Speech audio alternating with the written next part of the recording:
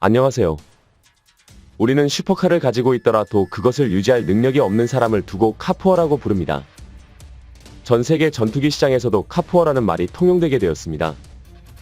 이는 미군 군사서열 2위인 찰스 브라운 대장의 언급 때문인데요.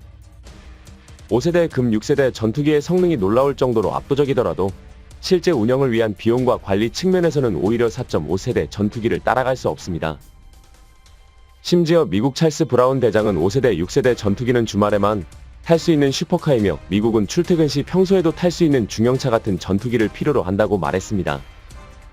오늘은 아직 4.5세대 성능을 가진 대한민국 KF-21 전투기가 세계 방산시장에서 왜 이렇게 열렬히 주목받고 있는지 알려드리겠습니다. 현재 세계는 6세대 전투기 개발을 시작하고 있습니다. 5세대 스텔스기를 초월한 개념으로 SF 영화를 연상하게 하는 6세대 전투기를 개발하게 된다면 그 국가는 세계 최강의 강력한 군사전력을 가지게 될 것입니다. 6세대 전투기라는 개념이 최초 등장했을 때 6세대급으로 분류된 성능들이 가해 압도적이었기 때문 A를 실제보다 과장하여 느끼는 부분이 많았습니다. 하지만 결론적으로 6세대 전투기는 5세대 이상의 스텔스 성능과 레이저 병기로 불리는 광학병기, 마이크로웨이브 병기 등 지향성 에너지, 무기 탑재 유인기와 무인기로 선택 사용 가능한 설계, 무인기 지휘, 통제권, 전자전, 능력 조종사의 결정을 돕는 AI 탑재 등이 필요합니다. 이는 높은 생존성과 전투 효율성을 요구하는 성능입니다. 세계 각국들은 6세대 전투기 개발을 위해 연구를 시작했지만 아직 6세대 전투기는 실현되지도 않았고 개념 확립조차 명확히 이루어지지 않은 상태입니다. 5세대 전투기는 레이더에 잡히지 않는 스텔스기는 발달된 수준의 센서, 고급 항공 전자장비, 높은 기동성 전장의 상황을 일목요연하게 파악할 수 있는 네트워크 데이터 융합 기능 등을 가지고 있어야 합니다. 각 세대별 격차를 살펴본다면 사실상 기능적 차이가 크다는 것을 알 수 있습니다. 이 부분은 4.5세대 전투기라는 개념 이 세상에 등장하면서 극복 가능한 차이가 되었습니다.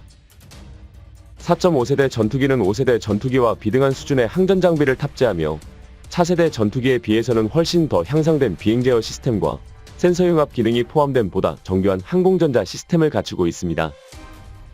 AESA 레이더를 포함하여 보안 데이터 링크를 통해 전장의 정보를 공유할 수 있는 전쟁 수행 능력과 초음속과 아음속 성능의 조화를 추구하는 다목적 전투기라고 볼 수 있습니다. 현재 대한민국의 KF-21 전투기도 4.5세대 전투기에 속합니다. 한국의 KF-21 전투기는 레이더 반사면적을 줄일 수 있는 최적의 형상으로 전투기를 제작하여 F-22 랩터와 비슷한 형상을 갖추게 되었습니다. 5세대 전투기로 탈바꿈할 수 있다는 뜻이며 서구권에서는 F-22와 비슷한 한국산 KF-21 전투기에 베이비 랩터라는 별명을 붙여주기도 했습니다. 일반적인 4.5세대 전투기는 4세대 전투기에 비해 고성능 엔진을 탑재하게 되며 연료 효율성까지 가지고 있습니다. 5세대급과 비슷한 수준까지 제작되는 4.5세대 전투기는 스텔스 기능 부분에서 부족함이 있을 수 있으나 실제 5세대기를 격추하는 데에는 문제가 없다고 알려져 있습니다. 5세대기 미국산 F-35 전투기가 4세대 전투기인 Su-30에 격추당했다는 소식이 들려오고 한국 KF-21 전투기와의 가상 시뮬레이션에서도 F-35 전투기의 능력이 발휘되지 않고 있다는 소식이 전해지면서 더더욱 5세대 전투기에만 집착하는 것이 실제 전투 능력으로 귀결되는 것은 아니라고 군에서는 판단하고 있습니다. 심지어 미국 공군은 바이든 정부 출범 이후 군사력의 의구심이 극도로 높아지고 있습니다. 현재 미국군조차도 한국 KF-21 전투기에 관심을 가지고 있는 이유는 KF-21 전투기가 5세대급에 가장 가까운 4.5세대 전투기이기 때문입니다. 5세대 스텔스기라고 해서 완벽히 보이지 않는 것이 아니라 탐지 면적을 줄여주는 것일 뿐이므로 공중조기 경보 통제기의 지원을 받은 4.5세대 전투기 KF-21 보라면은 5세대 전투기 격추가 가능하며 KF-21 전투기에 탑재된 IRST는 열 신호를 감지하며 레이더와 다르게 특정 전파를 방출하지 않기 때문에 적 전투기 몰래 추적하는 것이 가능합니다. 다만 일정 범위 이내에 접근해야 하지만 5세대 전투기는 레이더 노출을 최소화하기 위해 설계 특성상 공기역학적인 구조 채택이 어렵습니다. 그렇기 때문에 기동성 자체는 4.5세대 전투기가 높은 경우가 많습니다. 단적인 예로 F-35 전투기는 최고 속도가 마하 1.6 정도이지만 KF-21 전투기는 아직 시험 비행 중임에도 불구하고 최고 속도 마하 1.89를 돌파하며 기록을 갱신했습니다. 심지어 F-35 전투기는 완벽한 스텔스 기능 구사를 위해 내부무 장창을 사용해야 하는데 내부 무장창에 탑재 가능한 무장은 현저히 떨어집니다. 오히려 반매립식 무장창과 외부 무장을 채택하고 있는 KF-21 블락길 전투기가 무장 측면에서는 뛰어납니다. 한국이 KF-21 전투기를 제작하는 것을 3단계로 나눈 것에는 단계적인 진화를 하여 안정적으로 5세대급 이상의 전투기를 제작하고 6세대 전투기의 기술 제반을 마련하려는 의도도 있었지만 더욱 효율적인 전투기 운용을 위한 것도 있습니다. 바로 5세대 전투기를 만들더라도 무장 측면 효율성이 떨어지기 때문에 충분한 4.5세대 전투기를 국산 전투기로 확보한 후 스텔스 감지가 가능한 5세대급 전투기와 6세대 무인 전투기까지 갖추어 나가는 것이 한국 군사력 증강과 적국과의 전쟁에서 더욱 효율적이라고 판단한 것입니다. 심지어 아직은 5세대 전투기 운용도 시기상조라는 이야기가 들려옵니다. 국방비만 1년에 1000조 원 이상 사용하는 미국조차도 말도 안 되는 유지비를 자랑하는 5세대 전투기 때문에 4세대 전투기를 주력으로 사용하고 있다고 합니다. F-22 랩터는 미국 회계감사원에서 추산한 결과 비행시간당 소모 비용이 약 8만 5천 달러에 육박합니다. 하나로 따지자면 1시간에 1억 1200만 원이 넘는 금액이 공중 분해된다는 것입니다. F-35 전투기의 경우는 하나 약 5천만 원 가량이 1시간 동안 소모됩니다. F-22 랩터의 유지비가 워낙 천문학적 금액을 자랑하니 F-35 전투기에 소모되는 비용은 적어 보이기까지 하는데요. F-35 전투기 프로그램의 연간 총비용은 무려 80억 달러에 달합니다. 하나로는 11조 원이 넘는 예산이 투자되는 것입니다. 이를 바탕으로 F-35 1대가 본수명인 60년 동안 운영된다고 가정하면 자그마치 1조 달러가 넘는 유지비용이 필요합니다.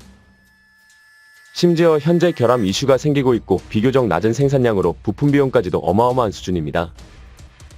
이는 미국조차도 감당하기 힘든 수준이기에 F-22 랩터는 거의 사용이 불가능한 전투기로 판단되고 있습니다. 현재 대부분 나라의 주력 전투기로 4.5세대 전투기를 사용하고 있습니다. 최근 연달아 해외 수주를 받고 있는 라팔 전투기와 함께 대한민국이 개발 중인 KF-21 보라매가 전 세계 전투기 시장에서 가장 주목받고 있습니다. 비슷한 성능의 전투기들과 비교했을 때 수많은 나라들이 선택하려는 유력한 전투기가 바로 KF-21 전투기입니다. 엔진 파워 대비 기체 중량을 나타내는 추중비는 항공기의 기동성에 결정적인 역할을 합니다. 물론 추중비가 높다고 다 좋은 것은 아니지만 4.5세대 기의 장점이 빠른 기동성을 바탕으로 한 폭넓은 전투 영역임을 고려한다면 이는 결코 무시할 수 없는 지표입니다. F-16V는 PNW F-100PW229 또는 제너럴 일렉트릭사의 F-110G229 사용하고 있습니다. 엔진에 따른 추력 차이는 있지만 평균 29,000파운드급의 추력을 갖고 평균 전투 중량을 고려했을 때 추중비는 1.22입니다. 일반적으로 추중비가 2를 초과하면 엔진의 추력만으로 도 전투기를 수직 상승시키는 게 가능하다고 합니다. 현재 50%의 연료를 초과한 F-35 전투기의 추중비는 1.07으로 간신히 2를 초과하는 정도입니다. 4세대 급전투기인 F-15의 추중비는 2를 초과하지 않는 수준이며 KF-21 전투기의 최대 적수로 여겨지는 라팔 전투기의 추중비 역시 0.98 수준에 불과합니다. 하지만 KF-21 전투기의 추력을 따졌을 때 현재 예상되는 추중비는 1.15 수준입니다. 여기에 실제 가속력과 선회 능력 고받음각 기동력의 수준은 예상치보다도 높을 것으로 전문가들은 추정하고 있습니다. 현재 KF-21 전투기의 가장 큰 장점은 무장체계입니다. F-16 라팔 전투기 등은 각 국가 간의 독자 무장만 탑재할 수 있는데요. KF-21 전투기는 최신형 전투기이며 유럽제 MBDA 계열 미사일과 미국제 AIM 계열 미사일을 모두 탑재할 수 있습니다. 프랑스나 미국처럼 전투기와 무장 모두를 독자 생산할 수 있는 나라라면 이것이 큰 장점이 아닐 수 있지만 전 세계에서 모든 무장체계를 독자 생산할 수 있는 나라는 극히 드뭅니다. 그렇기 때문에 이러한 미사일 통합체계로 인해 KF-21 전투기의 수출 가능성은 더욱 폭넓어지며 한국 내에서도 사용성에 대한 효율이 극대화됩니다. 기존에 사용하던 무장을 그대로 사용할 수 있다는 것도 큰 이점이며 장기적으로 KF-21 전투기를 도입한 국가들은 대한민국이 직접 만든 무장체계를 채택할 수도 있습니다. 이러한 장점에 있어 가장 크게 효과를 발휘할 나라는 바로 나토입니다. 다국정연합이 나토의 특성을 고려했을 때 호환성은 가장 중요하게 고려되어야 할 요소입니다. 그렇기 때문에 대한민국 외방사는 그 수출 가능성이 더욱 커지고 있습니다. 특히 자국 기업이 만든 전투기가 있다고 하더라도 대한민국의 KF-21 전투기와 같은 포지션의 전투기가 없는 경우 한국산 전투기 도입이 가능해집니다.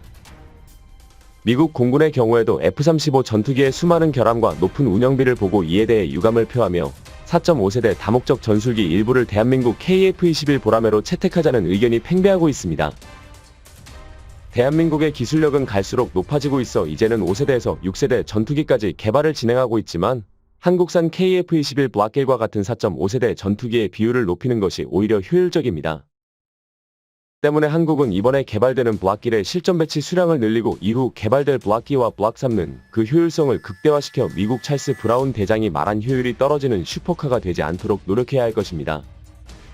대한민국의 KF-21 전투기의 빛나는 비상과 영원한 자주국방을 위해 우리 방산기술진을 응원하겠습니다. 시청해주셔서 감사합니다. 영상이 도움이 되셨다면 구독과 좋아요, 항상 함께해주시는 구독자 여러분 감사드립니다. 부탁드리며 다음에 더 유익한 영상으로 찾아뵙도록 하겠습니다.